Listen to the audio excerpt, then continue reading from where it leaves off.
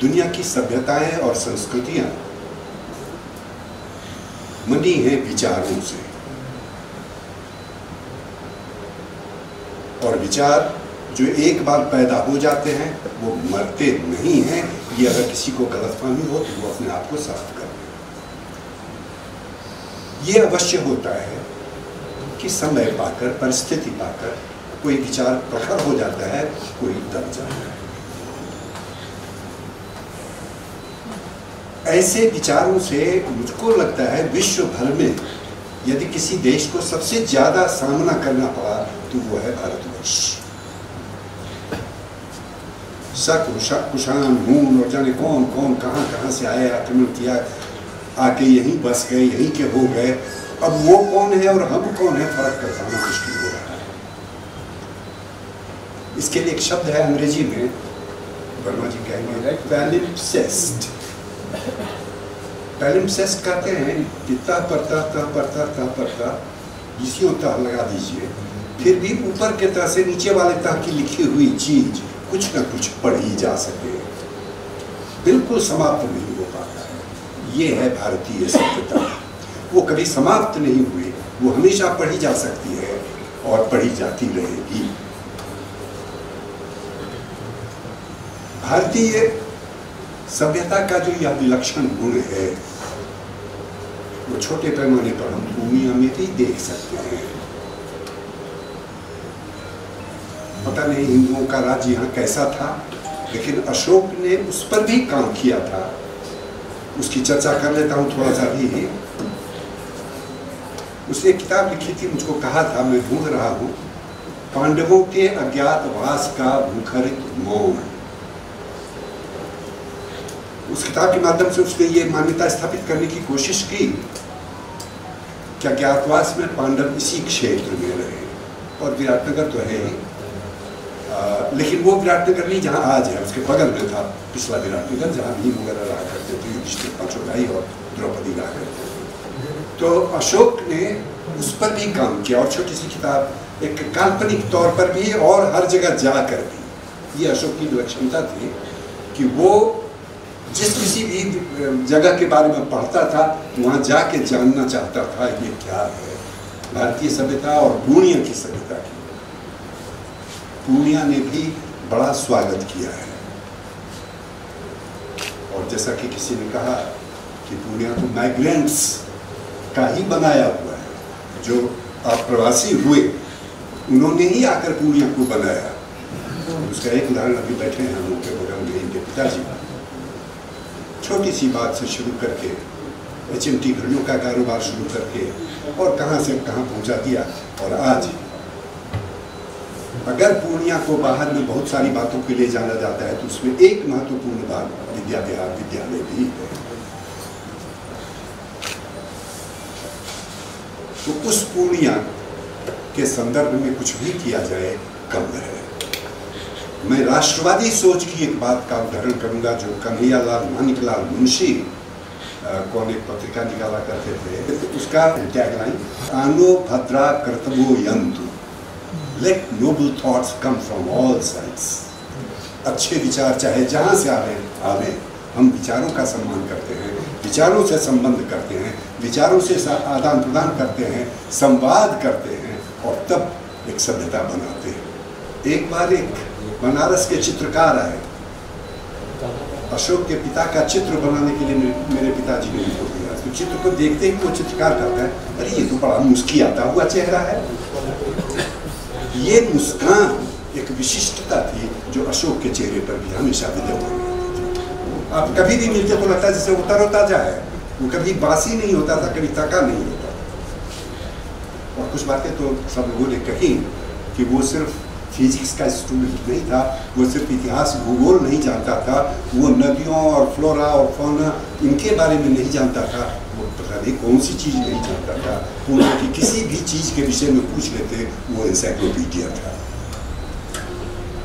परिणाम क्या हुआ? प्रशासन ने अशोक को ऑनररी मजिस्ट्रेट नियुक्त किया था वन्य जीवों के संरक्षण के। ये बहुत बड़ी बात है। पुराने ज़माने में हुआ करता था, अंग्रेजों के ज़माने में हुआ करता था, लेकिन धीरे धीरे ये बात लुप्त होती जाने लगी, लेकिन वो रक्षित रही। अशोक को वन्य संरक्षण का ऑनररी मजिस्ट्रेट नियुक्त किया गया था। अशोक ने ये किताब अंग्रेजी में लिखी, मेरे पास वो सुरक्षित है, पर उसके रहते ही मैंने उसको सलाह दी कि इसको हिंदी में लिखना। एक सबसे बड़ा कारण ये था कि इस किताब को अपने लोग भी पढ़ें, इसलिए हिंदी में लिखा जाना जरूरी। मेरे मन में आया, वो चला गया अचानक, छोटा था, मैं उस दुख को आज तक नहीं सहन कर पाया। मैं जब दुमका जिले के कॉलेज में पढ़ाता था थोड़े दिनों, तो वो उसके बड़े भाई नारायण और लोग भी कई थे उस प्रकार के जो वहाँ पढ़ा करते थे।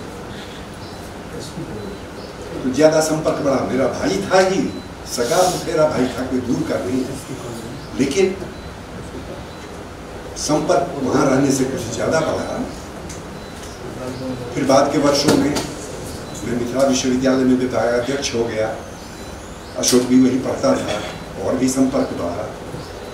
और बाद के वर्षों में जब उसने किताबें लिखनी शुरू की तो उसको लगा इतिहास की किताब है और किसको मैं दिखाऊं, तो वो समझता था कि मैं ही सबसे बड़ा इतिहासकार हो सकता है। घर परिवार के लिए मैं ही हूँ, पर मैं बरादना से आदमी हूँ, मैंने बहुत कम लिखा है। तो वो लेकर आया, मैंने उस किताब को सही करना शुरू किया, पर सही करते करते ही सही किए हुए पृष्ठ भी मेरे पास हैं। मुझे लगा कि मैं इससे अनुरोध करूँ कि इसको हिंदी में कर दूँ, और वो तैयार हो गया, बोला नहीं आपका कहना सही है। उसके घर परिवार के लोगों ने भी सहमति दी इस बात में, लेकिन संयोगवश वो चल बसा। तो मुझे लगा कि मैं उसे श्रद्धांजलि दूँ, और मेरा तो अधिकार होता है उसे तिलांजलि दे देगा। तो इससे अच्छी तिलांजलि क्या होगी कि उसकी लिखी इस किताब का अनुवाद कर। मेरे हाथ मुश्किल से चल पाते हैं, क्रैम्प है, मेरी आयु भी संभव है इस सभागार में रामेश्वरम को छोड़कर और सबों से ज़्यादा ही होगी, 80 कम नहीं होता है। उसके बावजूद मैंने हार नहीं मानी, मैंने इसका अनुवाद किया और आज वो आपके समक्ष है। आप पढ़ेंगे, जो भी पढ़ेंगे देखेंगे। इस पुस्तक को लिखने में अशोक की जो विलक्षणता है वो ये, उसने एक भी सुनी सुनाई बात नहीं लिखी है। सुनी सुनाई बात भी लिखी है, पर उसको प्रमाणित किया है किसी से पूछकर, जो जीवित है, जिसने देखा हो। जब वो आश्वस्त हो गया कि हाँ ये घटना हुई होगी, जैसे उसके गांव में कोई मेला लगाता था, कोई अंग्रेज हाकिम आता था, उन तमाम बातों की जानकारी लेकर उसने उसमें दर्ज किया है। फिर नील खेती वालों के बारे में पढ़िएगा तो आपको पता चलेगा कि पूरे बंगाल में नील की खेती करने वालों ने नीलहे साहबों के खिलाफ आंदोलन किया था, जिस पर एक बड़ी नामी किताब बंगला में आई, नील दर्पण। चंपारण में गांधी जी तो शुरू ही वहीं से होते हैं, अंग्रेजों की औपनिवेशिकता के विरुद्ध में खड़ा होकर। पर आपको आश्चर्य होगा, पूर्णिया में कोई आंदोलन नहीं हुआ, कोई कारण ही नहीं था आंदोलन का, कोई असंतुष्ट नहीं था। मैं अशोक के बारे में ये कह रहा था कि वो गायक अच्छा था, वादक अच्छा था, पता नहीं कितने सारे गुण एक आदमी में हो सकते, वो सब उसमें था, और आज वो हम सबों के लिए स्मरणीय है।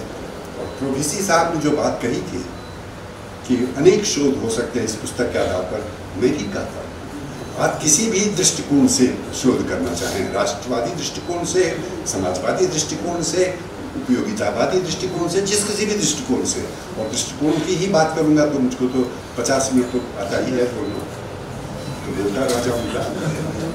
तो उससे बचना चाहूँगा। उससे बचते हुए मैं बस इतना कहूँगा कि अशोक ने बिना इस बात की चिंता किए कि कोई क्या सोच रहा है, वो स्वयं उस परिवार का था जिस परिवार में राष्ट्रवादी चिंतन भरा पड़ा है। उसके चाचा एमएलए रह चुके थे, उसके बड़े भाई भी उस क्षेत्र में काफी प्रतिष्ठा रखते हैं, जो अभी मौजूद हैं हम लोगों के बीच। उसके बावजूद अशोक को सवाल हुआ भूत कि इसको हम जाने, और आप विश्वास मानिए कि अशोक ने ये किताब नहीं लिख दी होती तो आपको 4 जो महत्वपूर्ण सिमेट्रीज पूर्णिया में महत्वपूर्ण कब्रगाह अंग्रेजों के, जो पूर्णिया में है, कटिहार में है, किशनगंज में है, अररिया में है, और अन्यत्र भी जो व्यक्तिगत सिमिट्रीज है वो सब विलुप्त हो जाते हैं।